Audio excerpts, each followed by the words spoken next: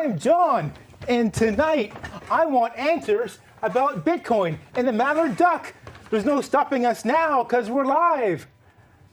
Jon wants answers. Give Jon answers. Jon wants answers. Give Jon answers now. Check your calendar. If it says January 11th, 2018, then we're live. My special guest tonight is Jon Callas. Thanks for coming on the show, Jon. Great to be here. Jon, this is amazing. He was a principal software engineer at Digital Equipment Corporation, DEC, co-founder at World Benders. He was chief scientist at PGP Incorporated, and then he was the co-founder of PGP Corporation, and then CTO of Entrust, and then the co-founder and CTO of Silent Circle. So, the real deal. Cryptographer. Did I mention you're a cryptographer? Absolutely. Okay. We'll be taking your tweets. You can tweet us during the show at Jon Wants Answer. And if you don't like that, you can go to our website and send us a message from our website, jonwantsanswers.com. And I must say, I think it applies to both of us, the opinions stated here are our own and not necessarily those of our companies. Or anyone else, who else would want them? Yeah, who else would want our opinions? Okay, so let's get right into the show. Let's see the board of topics that we have tonight. All right, we have cryptocurrency, Canadian wildlife, my cat, rhymes with dork, sock puppets, and finally, creepy or hilarious. So Jon, tell me, what topic do you want to pick? Well, it's really tempting to go right to my cat for 1,000, but I guess we should start with cryptocurrencies for 200. Okay, good choice. And the question was, what is Bitcoin? Well, Bitcoin is a virtual, cryptographically backed currency / payment system / investment vehicle. Okay. And it's really in the news now because people are willing to pay a lot of money for it. Right. So you have, beside you have like some real currency that we are I have real with. currency and fake currencies and deceased currencies. And so that's something I can touch and I That's can right. feel and I can easily give to somebody. Now, but Bitcoin's different, right? It's like it's It's a bag of bits. a bag of bits, ones and zeros. Ones and zeros. Now, traditional currency has value because we kind of all agree that it has value. Mm-hmm. And then the government wrote something a long time ago saying, this is good for all debts, private and public. So people seem to think it. Yeah, and it's more complex than that. If you go to the Treasury website, for example, they say there that no, you don't actually have to take somebody's money. Barter is always allowed, and and if they don't want to take your $50 bills or your bag full of pennies, they don't have to. Right. But now, Bitcoin is something different. It feels something different. So it has value. Sure. Now, how does it have value? Same way that anything else has value because you believe in it. MP3s have value, ebooks have value, you can't touch them either. Uh-huh. Now, it's like you were saying, quarters have value. That's pound coin, but it has no value right now. Feels pretty hefty for a coin. Yeah, they used to call this the Maggie Thatcher coin because it's thick and brassy. Okay. But they retired those coins last October, and they're new pound coins. So that one does not have any value. Similar to a Bitcoin, you could turn it into an institution that would give you one of the new pound coins, which does have value. So, like a Bitcoin, you turn it into somebody who will consider it to have value. Okay. And, like if you had a famous Van Gogh, you couldn't just take it to the store and buy groceries, even though somebody might give you $40 million for it. Right. You have to do the $40 million first. Yeah, and then you then you can go to the grocery store. Buy milk. So it has value because people will be willing to accept it. That's right. For value. Okay. Now, one Bitcoin. What is the value of one Bitcoin? Today, Right now, somewhere between like 13,000 and some odd and 14,000 and some odd, depending upon what exchange you go to. Okay. Do different exchanges have different values? Yes, they do. That seems like an opportunity to make money quickly. That is called arbitrage. And yes, indeed, you could do that. Okay, we'll get to that later. So when were Bitcoins first created? 2009. 2009. So back then, when they first made the first ones, and nobody wanted them, I guess they weren't worth anything. That's right. Like near zero. I mean, you know, it's like Canadian Tire dollars. You can print them off and you can use them among your friends. Right, right. And so since then, people have decided, oh, wait, this is more valuable Right. than I thought it was. And so the value goes up and down quite a bit. What causes the huge fluctuations? It's a matter of belief and everything else. I mean, for example, today, as a matter of fact, South Korea put restrictions on trading Bitcoins. There's news stories, I won't go into the details, but it caused like a 15% drop in things. Okay. And that's because people thought there would be fewer traders around, and they're worrying about how they're going to be regulated by the government and so on. Right. So anytime you add doubt into the market, Absolutely. prices go whatever direction. Up or down. Yeah, up or down, Yep. right. So what benefit does a Bitcoin have over traditional currency? Right now, very little. You know, they were originally designed to be a payment system so that you could pay things back and forth, but what they've turned into is a speculation/value system. There are a lot of people in a lot of places, including China, where they want to get their money out of one jurisdiction and into another jurisdiction, so they will buy Bitcoins and then sell them over someplace else.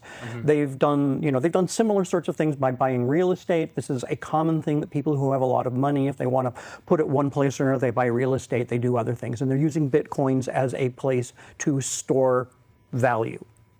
So if it's easy if someone in India wanted to send money to someone in the USA, That's right. they get to do a Bitcoin transaction and no banks are involved. Yes. There's going to be Bitcoin exchanges involved. I mean, you know, you can trade a Bitcoin directly from person to person. And that's where the blockchain comes in, because the blockchain keeps all of the records of this. But you can trade them directly because they're basically based upon digital signatures and public keys, which are, again, you know, just bags of bits. Okay. So in 2009, when this was created, what kind of problems were they trying to address that existed back then? Well, the thing that they were trying to do was to come up with a payment system that did not have a central entity that controlled it. There are other digital currencies that were produced before. One of the things that I have is an artifact that is a business card from David Chaum, and he built a company called DigiCash in the Netherlands in the 80s and 90s, and there were actually banks that did this. But with DigiCash, if you wanted to trade something, you had to do the transaction through what they called the mint, which is basically the bank. Okay. Now, a Bitcoin, as you said, is just a bunch of ones and zeros. Right. So I could have it on my hard drive in a file, Yep. or I could have it printed out on paper, ones Yep. and zeros, or whatever else. Yes. To that I need. And you to could scan it create. back in. Yep. Okay. And how long is it? How many bytes? Does it vary, or is it always the same? They're relatively small, you know, a few hundred bytes. A few hundred bytes. So I could stash a whole pile on my hard Yeah. drive. Yeah, you can. Yes. Yeah. You know, based upon hard drive sizes of today, they're basically nothing. Right. All right. So that is what is Bitcoin. Let's see the topic board and see what we can talk about next. All right. What do you pick now? I'm still tempted by the cats, but all right, we'll go for 400 for cryptocurrencies. We're on a roll here. All right. And what is 400? Buying things with Bitcoin.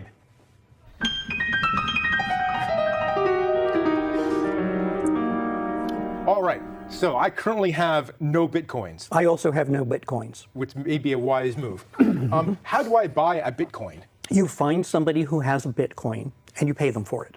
So you don't have one. So I don't have one, so I couldn't get them. But if other people had them, you could pay them.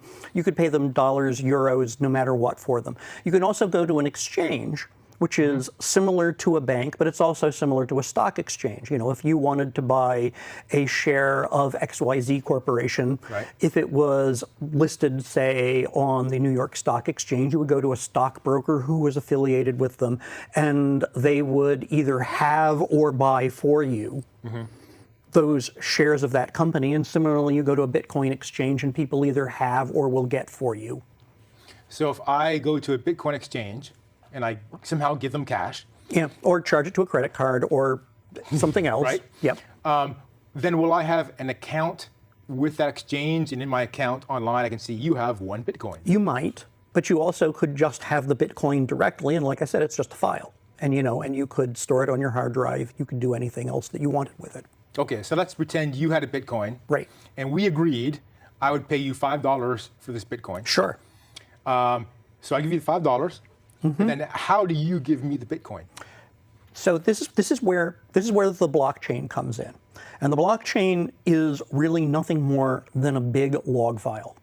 Okay. And you can only write to the end of it. And it uses cryptographic things so that anybody in the world can verify it. So anybody can start from the beginning and look at all of the transactions that have ever occurred with any Bitcoin. And this is how you would know, for example, that I actually own this Bitcoin, and also that it's really a Bitcoin, is that you would see where it appears on the blockchain, and I would have the key, and I would essentially do something that's a lot like a personal check. I would make a digital signature that says, I am handing this over to you, but our identities that are on there are really just numbers. So, it wouldn't be Jon Callas and John Vink, it would be 1, 2, 3, and 4, 5, 6. Okay, so you have a Bitcoin with a bunch of bytes. Right. In addition, does that Bitcoin have its own key, or do you have a key? Like, does Jon Callas have a key? I could have my own keys, but the keys are represented with the coins themselves. And the coin keys are what show that they go, because they go from a Bitcoin address to another Bitcoin address. Okay, so when you get a Bitcoin, you're going to have I'm going to have a Bitcoin. I'm going to have a and the key. Bitcoin address, right? Which is just another, it's just another set of bits. And so it says this Bitcoin started at this point when it was first created, or found, or whatever you want to call. And then the blockchain has the record of everything that happened to that Bitcoin. Okay, so you have a key for that Bitcoin. Right. And so using that key, you sign it saying you're giving it to me. Yep. So do I get a Bitcoin and the key for that Bitcoin as well? Basically. Okay. And so when you do that, it goes into this blockchain. Yes. So everyone can tell, you transferred it to me. Yes. Now, Bitcoin is decentralized though. Yes. So where do you send off this key in Bitcoin saying, I transferred this Well, to John? the transaction doesn't occur on the blockchain until there are the signatures and everything that's on the blockchain itself. Now, I could just say, here's the Bitcoin and give it to you. Because, it's like I might have it protected with some encryption on my hard drive so that other people couldn't read it. But I could just give you the bits that are the Bitcoin, that are the keys that are associated with it, and then it would be yours. But then you'd also have a copy still. That's right. So before I have a chance to spend it, you might decide to spend it again. Right. And that's why you would want, to put it on the blockchain to show that the transaction took place. Or you just trust me. Okay, so how do we put that transaction onto the blockchain? There are some digital signatures, protocols to do that. Okay, is something that you and I could do? Are we skilled enough? There's standard software that does it. You could write the software yourself. Okay, and so then it'll send it off. Now, how does it know where to send it off to? Because it's distributed, so it's not one place it gets sent to. Well, there are different. There's one blockchain, but it's not. It doesn't have to exist in any given place. Just like when you go to a website, and example.com gets turned into a TCP IP address, there is one set of DNS servers that turn that name into an address, but it's not like there is one central repository of all of them. It's not one database. Yeah, right. Okay. So yes, you have detected that decentralized has a little asterisk at it, and it's decentralized, but there's still one blockchain. One blockchain, right. But since everyone has a copy, they're not going to be synchronized at the same altogether, right? Right. So everyone has a Well, you could have different copies of it, and that's why the digital signatures that are on it are important. It's also why, if you really want to know that a transaction has occurred, you need to come to some consensus that these things have settled out with enough signatures and compute power that there's an agreement that this really did occur. Okay. Now, where can I spend Bitcoins at? Anybody who will accept a Bitcoin directly. So currently, I've heard in the news occasionally someone says, "Oh, we're going to accept Bitcoins." Like Microsoft says they'll accept Bitcoins, or like Namecheap or something like that.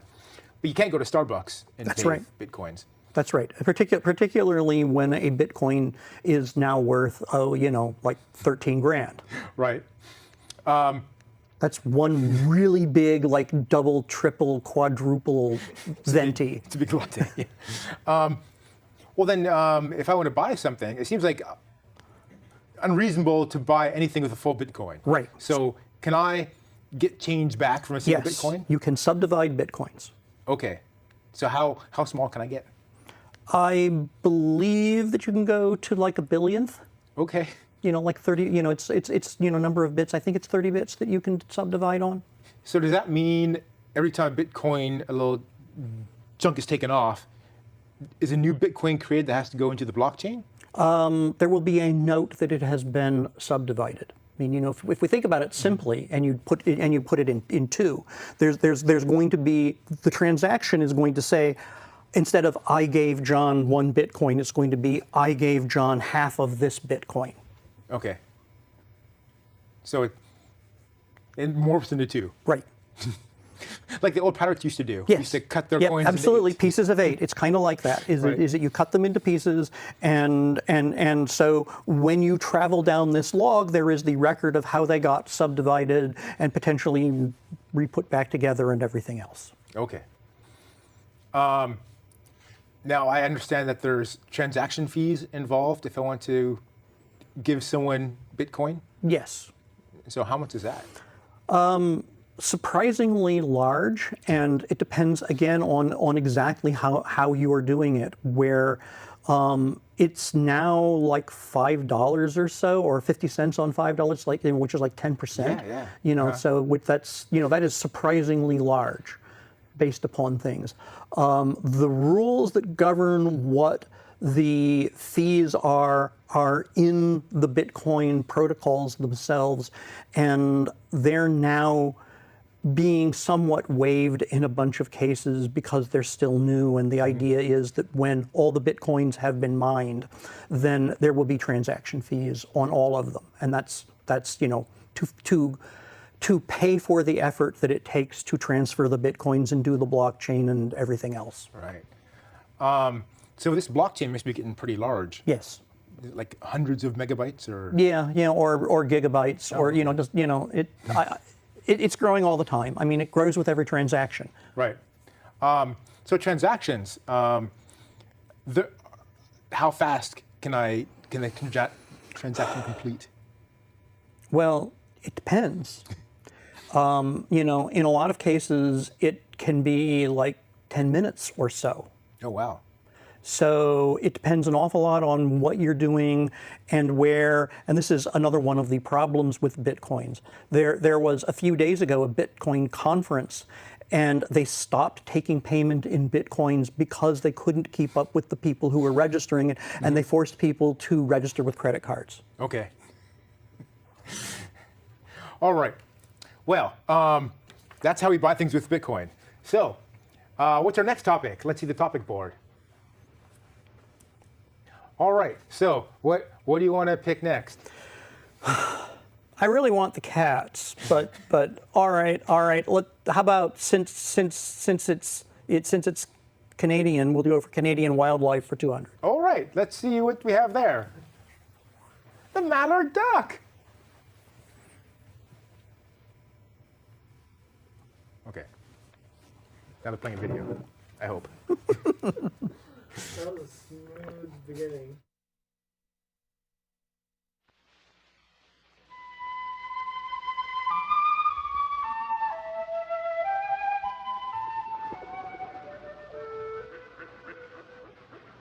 The mallard duck has managed to exist in man's world, and he's done it most successfully. Mallards are the most abundant species of waterfowl in North America and breed primarily in the small water areas of the grasslands and parklands of Western Canada.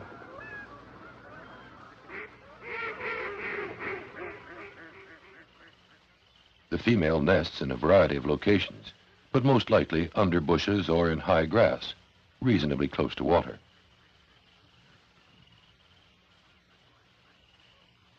Mallards lay 12 to 18 eggs, but usually only about 6 young survive.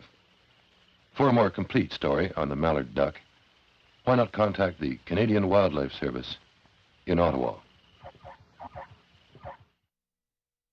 We're back. And so let's see what topics we have on the board now. All right. Which one do you want to pick now, John? Still really tempting to go for the cat, but all right, I'll go ahead and go for cryptocurrencies for 800. 800. Wow, you're feeling confident. You're doing well Absolutely. so far. Let's see what we have for it. Where did Bitcoins come from?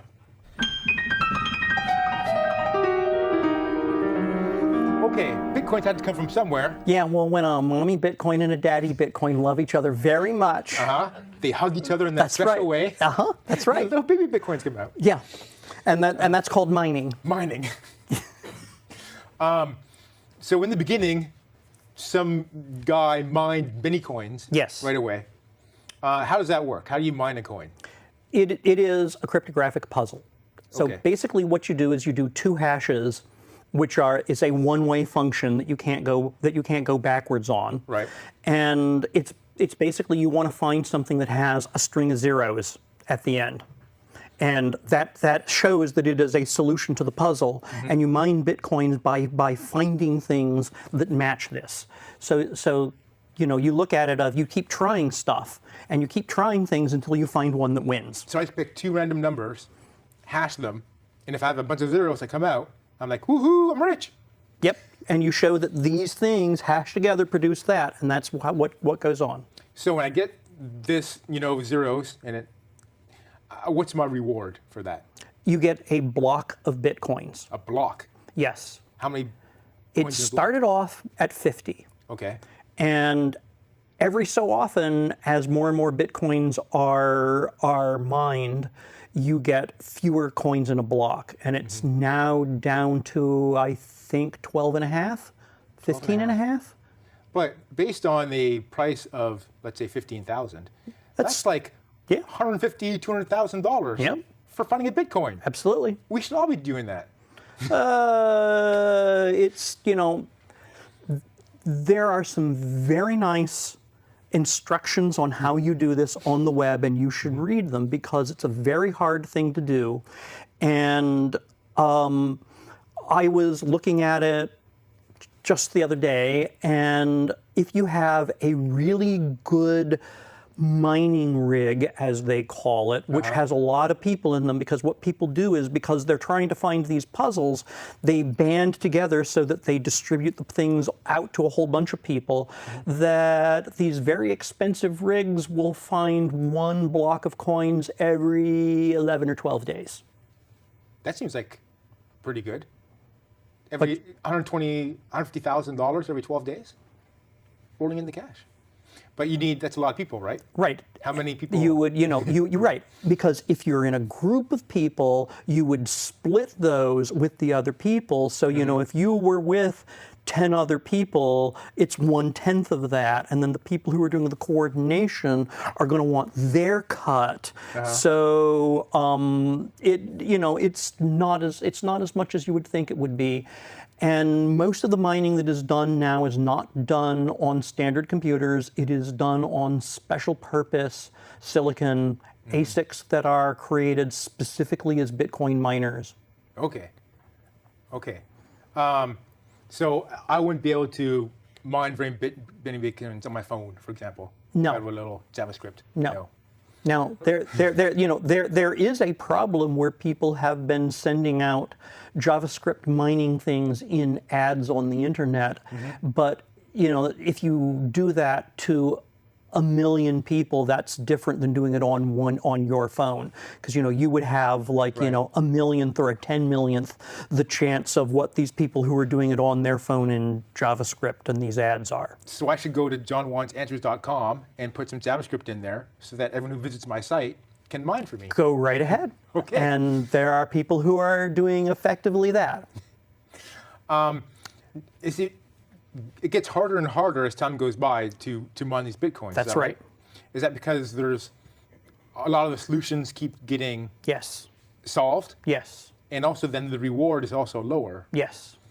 Okay, so if you started doing this a long time ago, You would have more Bitcoins. you'd be rich. If you start doing it now, Maybe. you'd have a hard time Maybe. pressing through. Maybe. I mean, I know a lot of people who've mined a lot of Bitcoins, and back in the days when Bitcoins were, say $1 or $2, they were relatively easy to find. But if you had Bitcoins at $1 or $2, it's very likely that you would have sold them off when it was $20. Yeah. Because that's $20? 10x on your money. Whoa! Right. Yeah. Well, that's 10x on your money. Right. I have a friend who bought a dachshund puppy with a bunch of Bitcoins, and his puppy's now worth like $500,000. And I guess a standard puppy costs less. Yeah. It's a very special puppy. I know somebody who paid for her master's degree in Bitcoins, so she has like a $5 million master's degree now. And I know for somebody else who got plastic surgery paid for with Bitcoins, and so she's got like a $40 million boob job. Wow. All right. And there's a limit to how many Bitcoins will exist ever, right? Yes, 21 million. 21 million. And how far have we gotten? Close to 17 million. 17 million. Oh, so there's not much left, but they're harder to get, I guess. That's right. When do we think we're going to find them all? I'm not going to hesitate. I'm not going to guess on it because it depends upon how many miners are doing things. I mean, there could be a rush on mining them because there aren't that many left, or people could back off of mining because as you go on, the electricity costs of mining go up, and so if you're spending $1,000 in electricity to get a Bitcoin, that's 10% off of what you're getting right there, in addition to all of the other trouble that you have mining Bitcoins. I heard if trends continue, then the whole planet is going to spend all of its electricity on Bitcoins. Yeah, well, fine. You hear that sort of thing. It's like if trends continue, we'll all be lawyers by 2075. So are you pro Bitcoin, or do you think it's all going to implode and burst in flames? I have been something of a Bitcoin skeptic all along. I mean, I did not buy Bitcoins at $2 because I thought it was not a stable financial instrument, and especially now. All right. Well, we got to wrap up.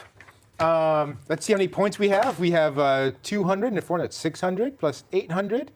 That's 1,400 points you got. Wow. I think you're the season winner so far. Bitcoins. That's 1,400 Bitcoins. 1,400 Bitcoins. Congratulations. Absolutely. Our next episode is going to be February 8th, 2018. Stay tuned. After this is Deep Connect. And then later on, What the Bleep with our audio guy, Jim Twu. All right. Thanks. Good show. Thanks.